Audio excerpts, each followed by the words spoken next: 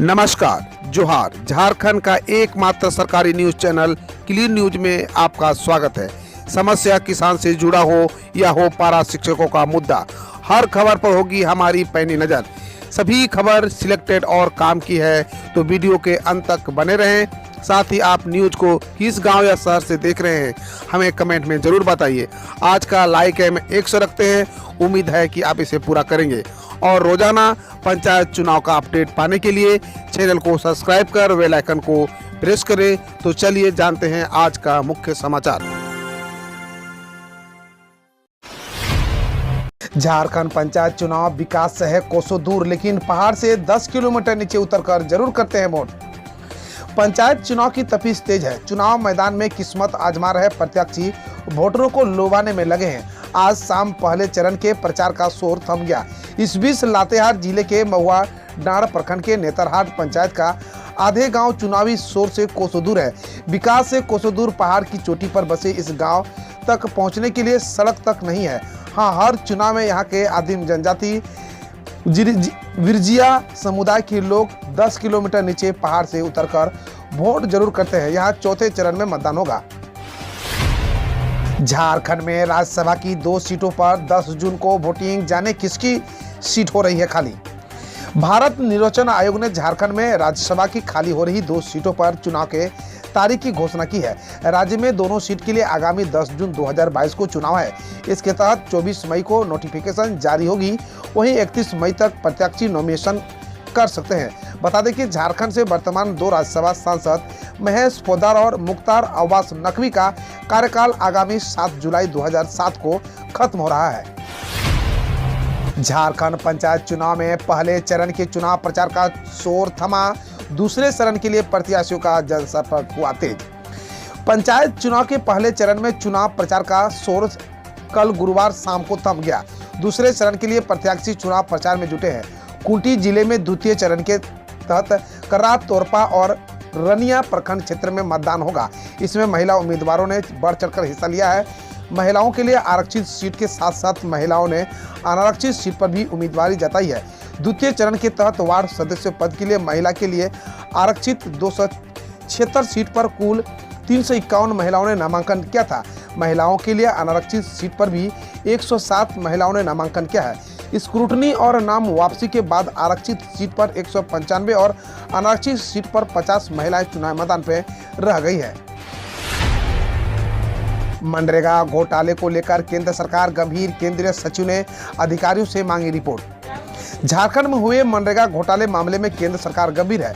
करोड़ों के घोटाले की राशि के दुरुपयोग को लेकर केंद्रीय ग्रामीण विकास मंत्रालय के सचिव NN सिन्हा ने झारखंड के अधिकारियों से बात की है।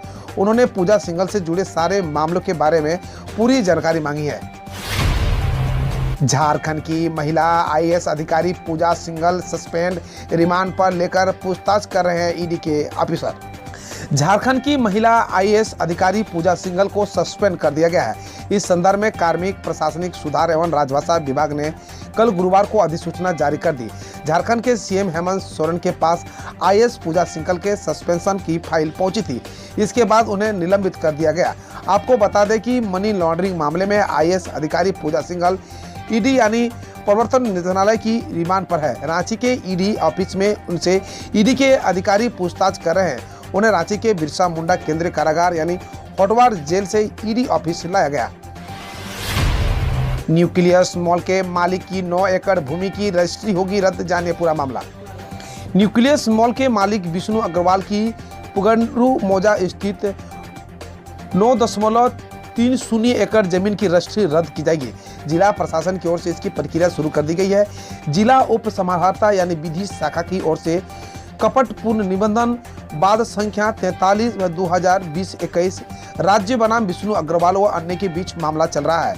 इसको लेकर विष्णु अग्रवाल समेत 19 लोगों को नोटिस जारी किया गया है।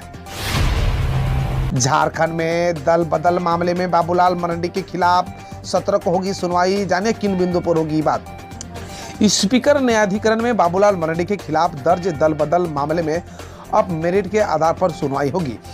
स्पीकर रविंद्रनाथ महतो ने सुनवाई की अगली तारीख 17 मई तय कर दी है। सुनवाई 12:30 बजे से होगी। इसके साथ ही उन्हें सुनवाई के लिए दोनों पक्षों की ओर से प्रस्तावित 17 में से 8 बिंदु भी तय कर दी है।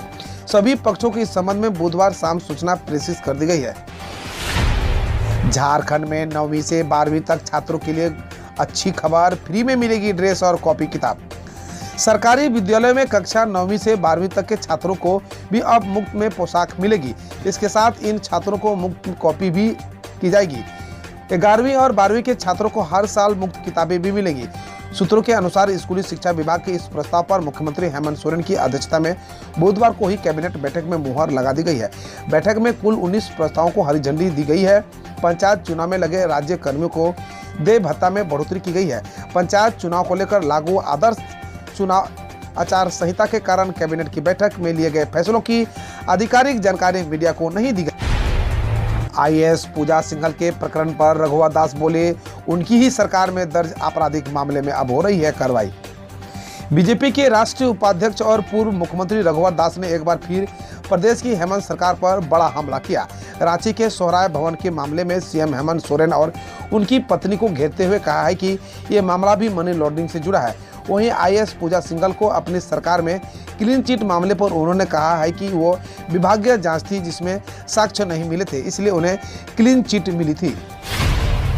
रोजगार सहायकों को बड़ी सौगात, मानदेय में 3000 रुपए तक की बढ़ोतरी, सीएम की घोषणा से मिलेगा लाभ।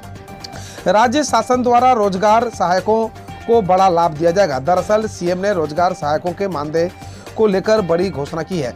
सीएम की घोषणा के बाद रोजगार सहायकों के मानदेय 5 से 6000 रुपये को कलेक्टर दर रुपया 9540 किया जाएगा। इसके अलावा मुख्यमंत्री वित्तान योजना के तहत ही नागरिकों को बड़ा लाभ दिया जाएगा। कौन है देश के अगले मुख्य चुनाव आयुक्त? किए गए राजीव कुमार।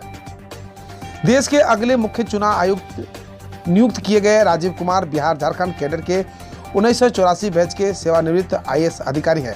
केंद्रीय वित्त सचिव रह चुके कुमार का जन्म 19 फरवरी 1960 को हुआ था और उनके पास बीएससी, एलएलबी, पीजी, डीएफ और एमए यानी पब्लिक पॉलिसी की डिग्रियां हैं। वह आरबीआई, एसबीआई और नाबार्ड के निदेशक भी रह चुके हैं। टीएमसी नेता अभिषेक बनर्जी ने कहा, धर्म का चश्मा उतार कर देखो, पूरा हिंदुस्तान खतरे में है। तृणमूल कांग्रेस यानी टीएमसी के राष्ट्रीय महासचिव अभिषेक बनर्जी ने असम यात्रा के दौरान कहा कि वह लोगों को स्वार्थ के लिए लड़ेंगे, चाहे वो किसी भी धर्म के हो। बनर्जी ने आगे कहा, कोई कहता है हिंदू खतरे में है, कोई कहता है मुसलमान खतरे में है, मैं कहता हूँ धर्म का चश्मा उतार कर देखो, पूरा हिंदुस्तान खतरे में है। गूगल ने संस्कृत, भोजपुरी सहित 8 भारतीय भाषाओं को गूगल ट्रांसलेट में किया शामिल। गूगल ने अपने वार्षिक सम्मेलन में बताया कि अब गूगल ट्रांसलेट के जरिए 24 नई भाषा को अनुवाद किया जा सकेगा, जिसके बाद अब गूगल ट्रांसलेट में 133 भाषाओं का सपोर्ट है। गूगल ट्रांसलेट के इन नई भाषाओं में 8 भारतीय भाषाओं को भी जोड़ा गया है। इसमें भोजपुरी, संस्कृत, कोंकणी, मैथिली, मिजो, मेइतुलोन यानी मणिपुरी, डोगरी और असमिया शामिल है। सरकार ने हीट वेव के बीच स्कूलों के लिए जारी किए दिशा निर्देश, समय बदलने की दी सलाह। सरकार ने हीट वेव से निपटने के लिए स्कूलों द्वारा सावधानी बरतने के संबंध में दिशा निर्देश जारी किया है। इनके मुताबिक स्कूलों में पढ़ाई के घंटों की संख्या कम की जा सकती है और प्रार्थनाएं, सभाएं बंद जगहों पर होनी चाहिए। दिशा निर्देशों के अनुसार विद्यार्थियों को ढीले और हल्के रंग के कॉटन के कपड़े पहनने की इजाजत दी जा सकती है। लगातार चौथे दिन शेयर बाजार में दिखी गिरावट, निवेशकों का हुआ 13 लाख करोड़ का नुकसान। घरेलू शेयर बाजारों में पिछले 4 कारोबारी सत्रों से गिरावट का सिलसिला जारी रहने से बीएसई पर सूचीबद्ध कंपनियों के निवेशकों को 13.23 लाख करोड़ से अधिक का नुकसान हो चुका है। बुधवार को सेंसेक्स 276 अंक गिरकर 54,088 पर बंद हुआ। लर्सन एंड टूब्रो, इन्फोसिस और एनटीपीसी के शेयर इंस्पेक्शन पर सर्वाधिक नुकसान वाले शेयरों में शामिल रहे। नर्सों का समर्पण और करुणा अनुकरणीय है, अंतर्राष्ट्रीय नर्स दिवस पर बोले पीएम नरेंद्र मोदी। प्रधानमंत्री नरेंद्र मोदी ने गुरुवार को अंतर्राष्ट्रीय नर्स दिवस के मौके पर कहा, हमारे ग्रह को स्वस्थ रखने में नर्सों की अहम भूमिका है। उन्होंने ट्वीट किया है कि उनका यानी नर्सों का समर्पण और करुणा अनुकरणीय है।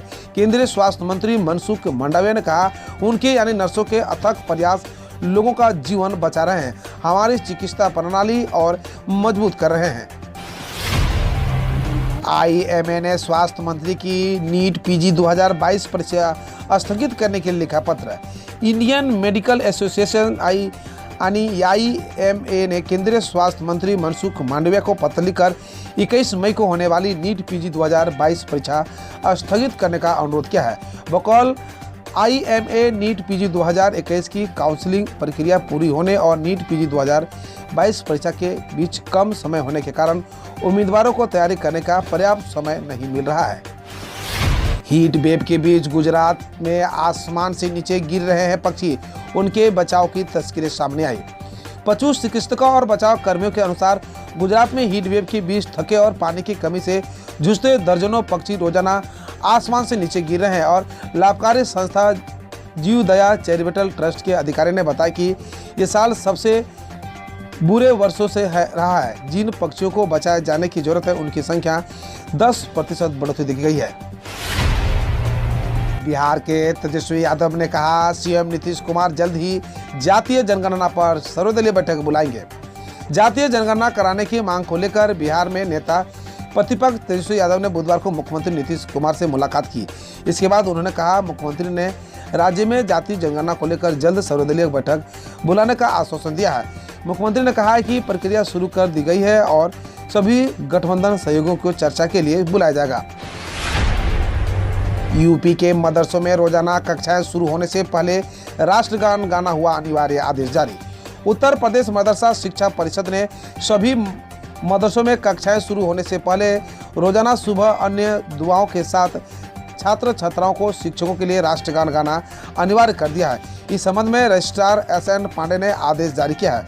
रजिस्ट्रार ने सभी जिलों में अल्पसंख्यक कल्याण अधिकारियों से उपयुक्त निर्णय का अनुपालन सुनिश्चित करने को कहा है। हम रोज ऐसे ही न्यूज लाते रहेंगे, तो यदि आपने अभी तक क्लीन न्यूज को सब्सक्राइब नहीं किया है तो पहले फटाफट सब्सक्राइब कर लें, साथ ही बेल आइकन को दबा दें ताकि कोई अपडेट मिस ना हो।